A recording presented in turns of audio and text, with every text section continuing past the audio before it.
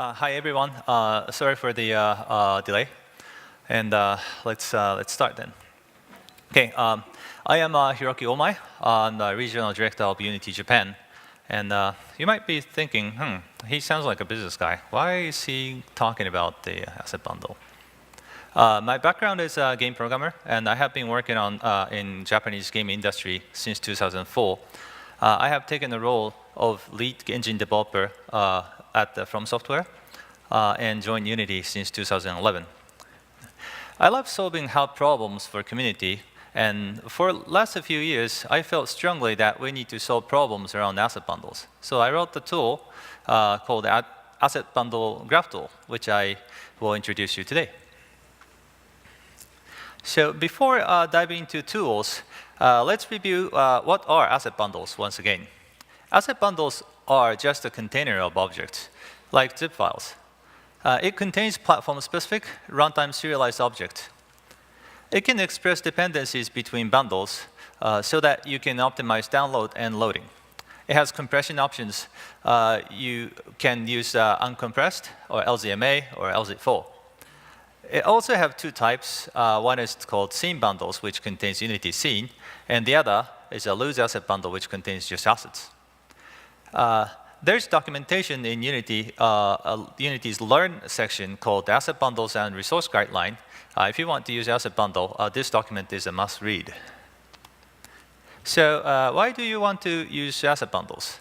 The asset bundles are useful for following cases.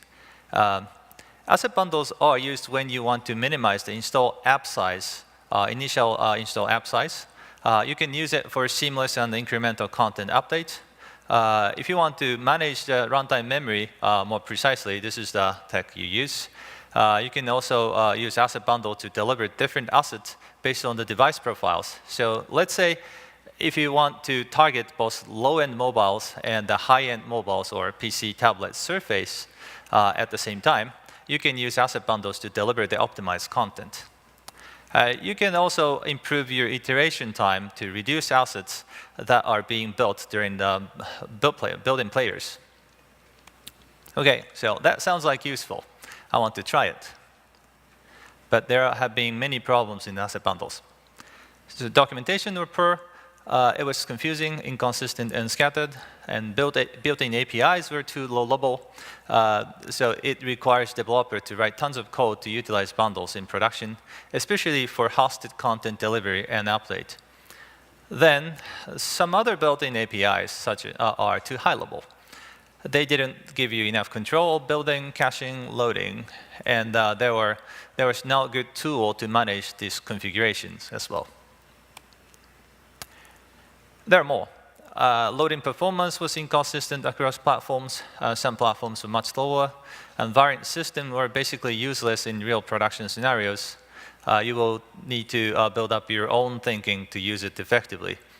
It didn't work well with some of the other important systems, such as we have in build pipeline. It didn't work with shader variants, and then code stripping didn't recognize the code used only in asset bundles. And finally, we didn't have a good sample code, and sample code was too simplistic for real production. Okay, so there are tons of problems. To solve all these problems, we started Asset Bundle team in 2016 in Austin, Texas, with some addition from Unity China team and myself from Unity Japan. The team focus is in these areas. So we focus to solve technical depth and bug fixing.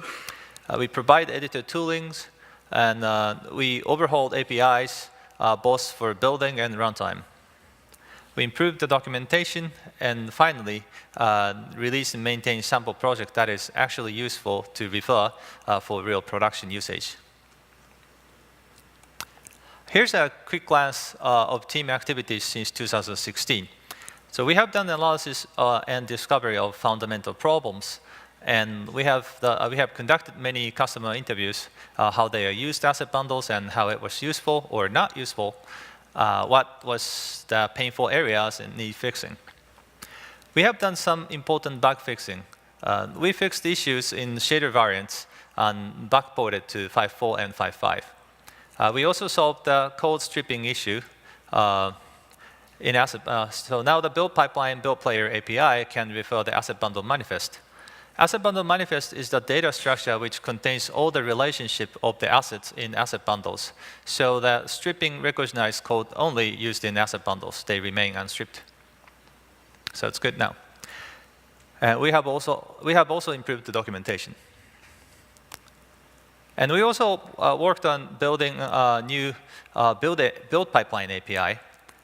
This will be in Unity 2017.1 as an experimental feature. We are also happy to tell you that new cache API are in 2017.1 as well, which give you more control. And we're happy to that we released 2 editor tools, which I will introduce you today. The first one is called the Asset Bundle Browser. The Asset Bundle Browser lets you look at the list of asset bundles configured in project. You can also create new asset bundles from browser. Asset Bundle Browser is an open source project. It is available at the Unity Technologies GitHub repository. The next one I introduce is Asset Bundle Graph Tool. The Graph Tool is a node-based general asset workflow tool which lets you automate many tasks. You can also build asset bundles with this. Asset Bundle Graph Tool is an open source project, and you can find them in Unity Technologies Bitbucket repository. GraphTool is compatible from Unity 5.4 or later, but I strongly recommend you to use the latest 5.4.5 because there was an API added during 5.4 cycle which optimized editor memory footprint for useful for this tool. Asset Bundle Browser is compatible from 5.6. If you want to use these 2 tools together, you will need to use 5.6 or later. Demo today is done in 5.6.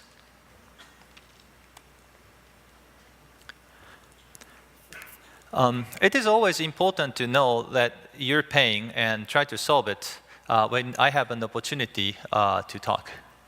A few weeks ago, I asked this question in Twitter to artists. What are the most annoying part in Unity when you are in production and producing a lot of assets? And I got the answers from 325 people. Here's the result. 20% of people think that configuring asset bundles are painful. 32% of people answered that configuring important settings are annoying. 26 people think that they don't want to make prefabs again and again. Finally, 22% of people think that, hey, I don't want to touch Unity when I am producing a lot of assets in production. I want to stay in Photoshop and Maya or any like DCC tools that I use. Okay, so let's start demo and see if I can solve these problems with new tools. Okay, can I have the screen? Okay, good. Alrighty, so let's start from a very simple one. Okay, and for say I will create some asset bundle, and I will load the prefabs from asset bundle. It's a very simple way. Okay, so I have this new tool right here called the Asset Bundle Browser, and I will just dock here. And let's say I have very simple cube asset, say this one, and now it's probably just make the main camera. Okay, we'll just say this is good. In front of this camera, and let's say scale this up. I'll probably just dock my game view right here for just the reference, and say I have a cube, and this cube I want to let's say I want to create some material that uses it, say like blue, and I want to paint this in blue. And say I have these blue cubes, and let's say I add some UnityGen here. So this is my prefab that I want to put into the asset bundles. Okay, let's make this into the prefab. Okay, let's say that with a new way, how I can make the asset bundles that have this cube. I just drag and drop these prefabs into this asset bundles window, and boom, here's a new asset bundle, and I can just name it like, say like maybe 1, and you will instantly see these list of assets that are in this asset bundles, and you will also recognize those assets, those materials that this prefab is dependent on, automatically included. So not only the one you actually put in, those assets that are dependent will be shown here. Okay. So let's remove this and let's try to load this asset bundle from the asset bundle. I mean, load this the prefab from the asset bundle. Sorry. Okay. And here's very simple loader. Here's very simple loader. I can just remove and recreate, say load asset, and I want to load from AB1, and my prefab name is cube, right? Okay. And before actually load from the asset bundle, there's the simulation modes that you can use with these asset bundle manager that I put with these bundles, which you can implement quite easily with the asset bundle demo that we provide. And let's say if this loads. Oops. Okay, there's no cube. Oh no, sorry. Okay. Okay, let's play. Okay, so I have in simulation mode it worked. In simulation mode it works. So let's actually build this asset bundle and see if it works. To build it, you click this build tab, and there's a bunch of the targets and output paths you can select, and there's advanced settings such as compression options, or so we're good now. So let's build this to asset bundle / OS 10 because we're working on OS 10, and press build, and then see if it builds the asset bundles right away. And let's use the local server. Let's start up the local server that loads the asset bundle from this folder and see if it works. And let's start. Now it's actually loaded from the local server. So if I go to the console, it says the loading from AB1, and okay, so it seems like it's loaded. So this is very simple. And let's say I have other prefabs that is in, say, capsule, which also uses these same material. Okay, say here. And I want to make this into the prefab, and I want to make this into another asset bundle, and say AB2. Okay, now you will immediately recognize that with these warning icon, that these items that is automatically included into these bundles are appearing in both this AB1 and AB2. So what does it mean? So this means that if you're loading this 2 asset bundle at the same time, that you will be loading these assets twice. So you're wasting your memory. So how can I fix this? To fix this, you can just select these one with this warning icon and drag and drop here. We'll create this new asset bundles, and we'll just name it shared. So this is the shared asset bundle, and these are 2 asset bundles that we just built with the cube and the capsules. And asset bundle system automatically recognizes that there are dependency between this AB1, AB2, and this shared asset bundle, shared. And when you're building, that dependency is automatically injected. So when you're loading, you can see these dependencies and load it correctly. See, okay, so let's let's build this again with new configuration.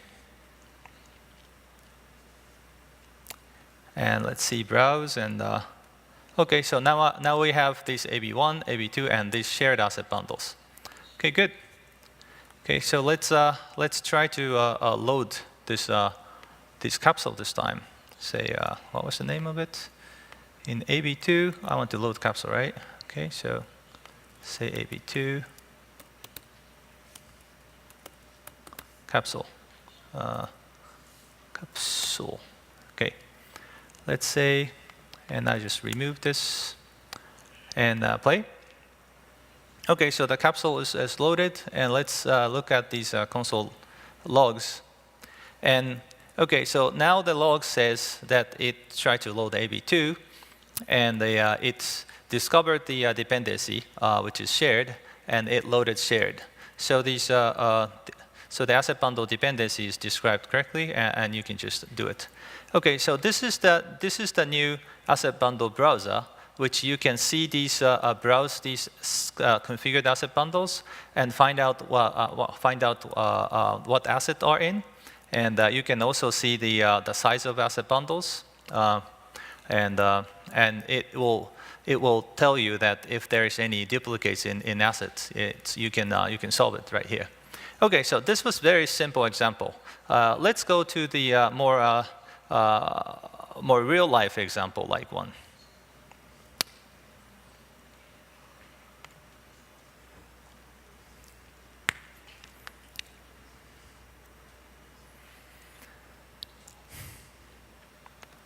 Okay, with this new demo, so I have built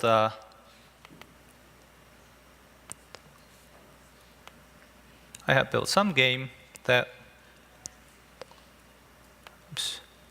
looks like this, and it has a sound. It's not coming. The sound is not coming. Yeah, it's okay. Okay, so I have these the games, and I want to ask my game designers to create a lot of these scenes. Okay.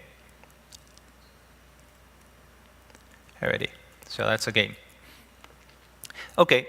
So in my production scenario, I want to make a lot of stages right here. Like say I have like stage 2 and stage 3.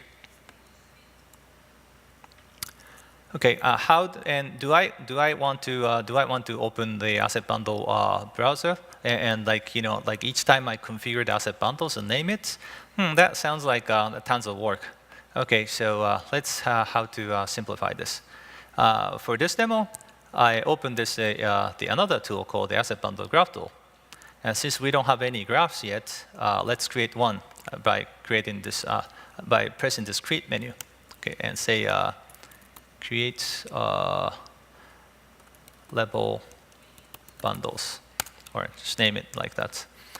Okay, so let's say all my scenes are here, right? And I just drag and drop here, and this will create a node to load files from here, this folder.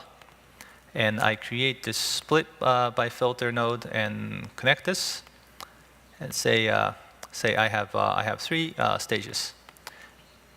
And I can make sure that I am only interested in scenes, so that if I accidentally make like materials right here, which have like, then it will make the 4 items coming in. I can just make sure that the only scenes are coming in. So I create the asset bundles from group, and I want to name it like stage something, so that it will name it like stage 1, stage 2, stage 3. Okay, so and then I create this build asset bundles and connect this, and I have these settings that I can use to build asset bundles options, and then. Finally, I want to export these the build asset bundle files into some directory. Let's say let's say I have this. OK, so this GraphTool bundles looks good. So let's say that I want to export from the GraphTool bundles, and I want to delete all the files if we're already there. OK, so let's see how many asset bundles we got. OK, so if I'm looking at the configuration, it says like it only creates the stage 0 dot manifest. Something's wrong. OK, so it looks like my group, like one group, have like all 3 stages, and we want to have the asset bundles for each scenes, right? Let's see if I can how we can fix it, and I can fix it by group by file path, and connect it right here, and say I have name that something.unity. OK, no, stage something.unity actually. No. Stage something.unity. OK, this. OK, now I created the group name called 1, 2, 3, which only have the stage 1, stage 2, stage 3. And now I have these 3 stages and global manifest. Let's see if it works, and press build.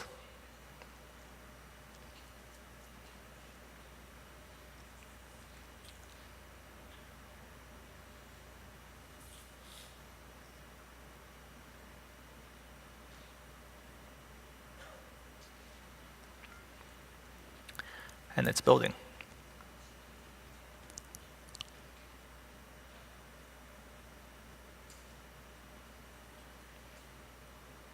OK, so it's being built, and let's see what we have built, and open up. Yeah, it looks like we have these 3 stages asset bundles. Let's see if I open the new scene, and I create very simple loader, and add load scenes, and let's see before that. Let's go to the asset bundle browser again, and if you click here where we were on the built-in, and now you can select this to asset bundle GraphTool, and you can see what's being built in GraphTool. OK, so these are the asset bundles being built by the GraphTool, and we have this stage 1, which have the stage 1. So let's say in stage 1 we load stage 1. And then let's see if it works. And let's start from the simulation mode and see if it works. Hope it works. OK, so it works. So let's actually load from the actual server. And since our bundles are pretty big, it should take a bit of time. And start. Yep. OK, well, still. So it loads from the asset bundles, and that I was able to just move my stages loading completely from the asset bundle really easily. And actually, since my loader have the audio, like audio listener, this is annoying. So just remove this.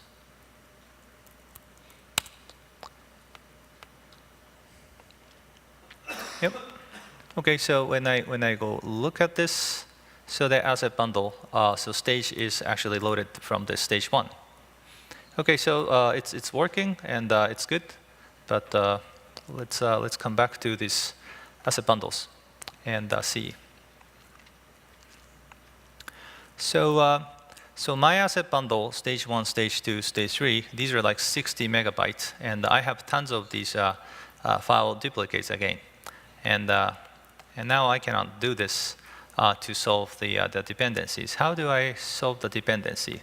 Let's go back to the node. And I can create this extract shared assets node and connect right here and connect back. And this will automatically find all the items that is in the incoming asset bundles, and it will create the new shared assets. So if I load this, now I have this shared 0, which is big. And I have these 3 stages are quite simplistic asset bundles. But maybe I don't want to download these like 60 megabytes of asset bundles. So how do I like split it?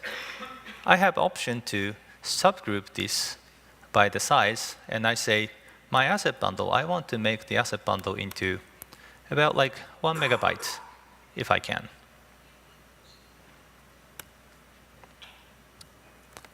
And this will actually create tons of variations of asset bundles. And if I reload this again, it will create the bunch of asset bundles with split into the small sizes. And I can still build this.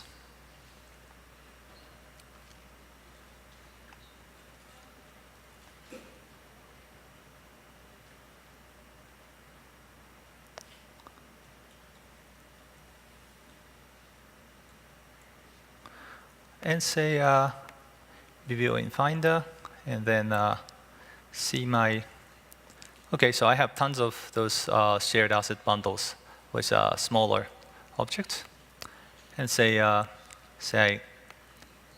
let's try if we can load again. Okay, now it's loaded again, and if I go back to the console and see how it is loaded.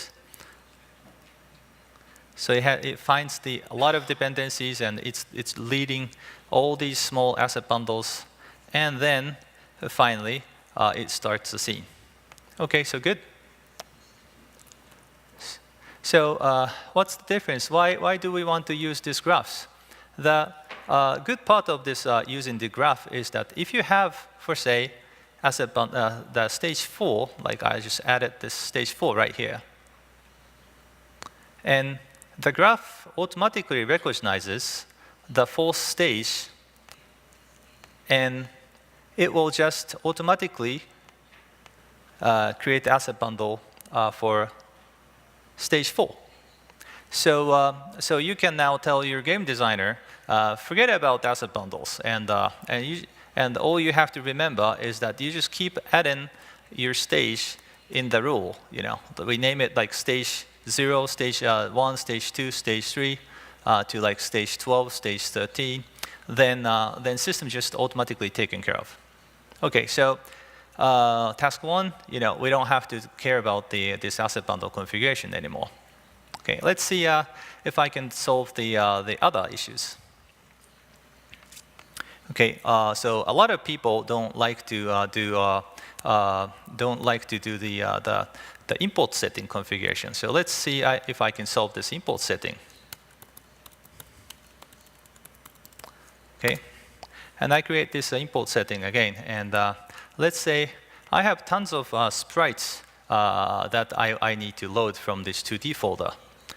So what I do is that I create this filter, and let's say I am only interested in the textures, and then I have this the modify assets and override import settings, and this is sprites. Let's name it sprites, and I'm doing the import setting for the textures, and I want to have this goes to sprite and single, and say my, and I don't need to generate bitmaps, and I just need a smaller resolution. Okay, good.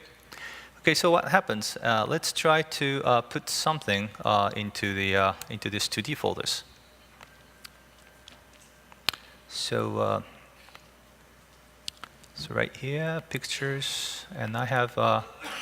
So now I have a bunch of these bunch of 2D pictures right here.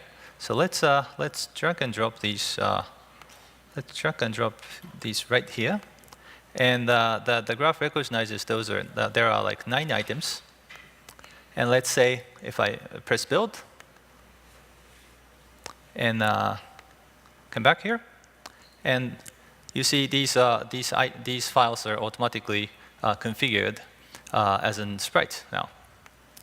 And you can also do things like, first say like if I want to configure these all sprites in the same sprite packet tag, then I can use this to say I have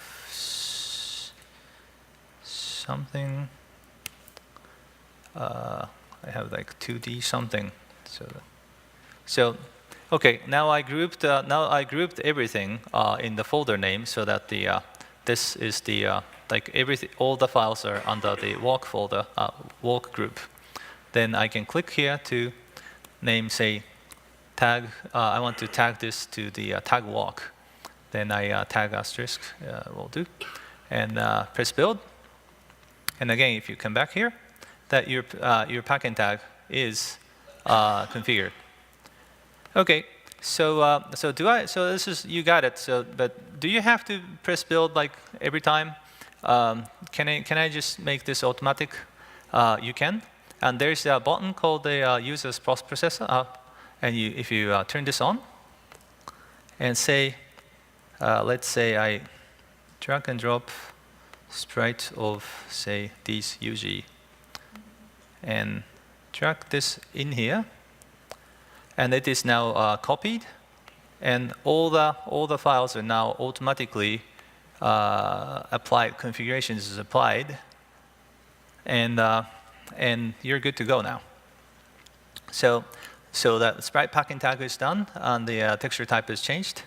So you can actually automate all the import settings, and for this, you can just close it, and it still work. So you can just create these import settings in the graph, and make it a post processor, and just forget about all the rules that you have. And this is a so powerful tool that can automate, and with this, the artist can just leave from the Unity for the import settings and asset bundles. Just forget about it. Create the contents in the rule that you need to follow. Then just build it, and it just works. Okay, so that last one that I want to show you is that creating the prefabs. Okay, see, so do you have the variation of the? So if you have the variation of the prefabs that you need to create from the asset, how can I optimize that? Okay. Now I can create the another graph called the say create prefab, and say I want to have these my input is say from here, and I want to have so let's say I have prefabs that I want to build using using these 2D sprites. Did I actually remove that generated? No, I think I should generate it. So. Okay, and what I want to make is that I want to make the group by file. So I want to make the group by file, and let's say create prefab from group, and okay, and okay. And then what I can use is that this group by file, and this will just automatically create the group per file. And this I can use this prefab builder tool that I can use. And actually, I have accidentally removed my demo script. So let me just salvage this.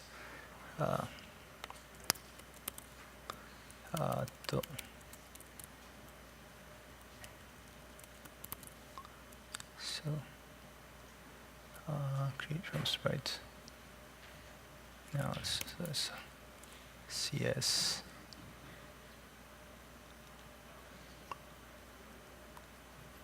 Now it's just create from sprite. What's that create?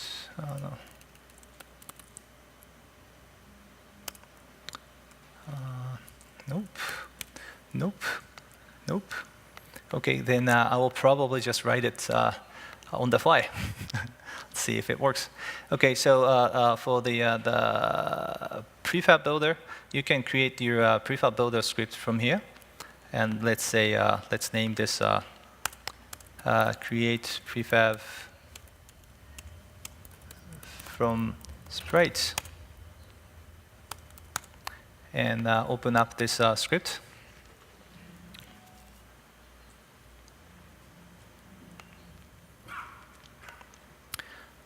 And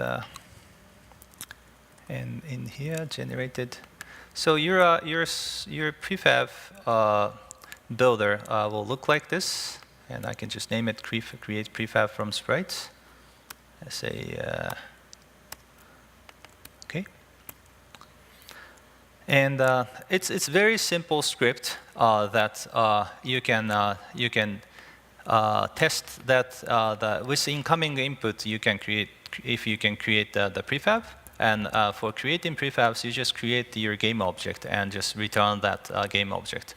And you will get the list of objects, and then you just build your own prefabs in your own way. And for this one, what I'm looking for is the Unity Engine sprite. So if I have sprite, then that's good. That's good. And my prefab name should say sprite something. Okay, and let's say, and if I have, okay, and if I have sprites, and what I want to do is that say, okay, go, no, add component sprite renderer. I just add the sprite renderer and renderer sprite, set sprite to this sprite. And for the renderer, I have a color, and for this prefab builder will actually let you do your control on the inspector. So you can name, say, like I can add like color inspector, and I can just configure that color here. Say I'm getting the color from the inspector, and let's see if this works. Okay, and oops. Okay, okay. So this is I need this. Oh no, sprite object fine. Okay, no, this one I need to make this as a sprite. Okay. Okay, compiled. Okay, now when you click here, you have your prefab builder, and it comes up here. You can just select it, and let's say I color this to the red, and and I want to export the result of this prefab here, and my export is to these. I just select this, and my export is this 2D prefabs folder. Let's select this. Okay, and let's see how I build this. Let's build this and see what we got. 2D prefabs. So we have this variation of prefabs with sprite renderer added with the color you set in here, and also these those incoming sprites are configured. Okay, so this way you can build your own prefab builder and group up the file and connect it. You just build it, and you don't have to create the tons of prefabs in the like repetitive operation.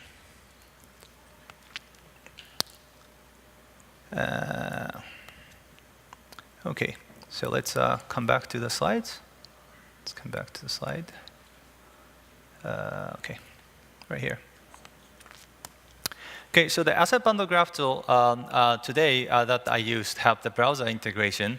And the browser integration is now in the branch refactoring browser integration. But they also actually this I have actually worked on it this morning, and this is now dev branch. So I should probably just say this is dev branch. Branch. Okay, and this will be part of the official release 1.3. And the asset bundle browser with external tool integration today that I used is under this GitHub repository, and this external integration code is in review now, and it will be part of the future asset bundle browser tool as an official feature. And to enable this integration, what I would like to inform is that make sure that you put this asset bundle browser installed symbols in the scripting defined symbols. And then this integration code will get unlocked, and you see these drop-down menus. Okay, so this is all my today's talk, and I hope this is you find this useful. And if you have any questions, I'm happy to answer. Thank you.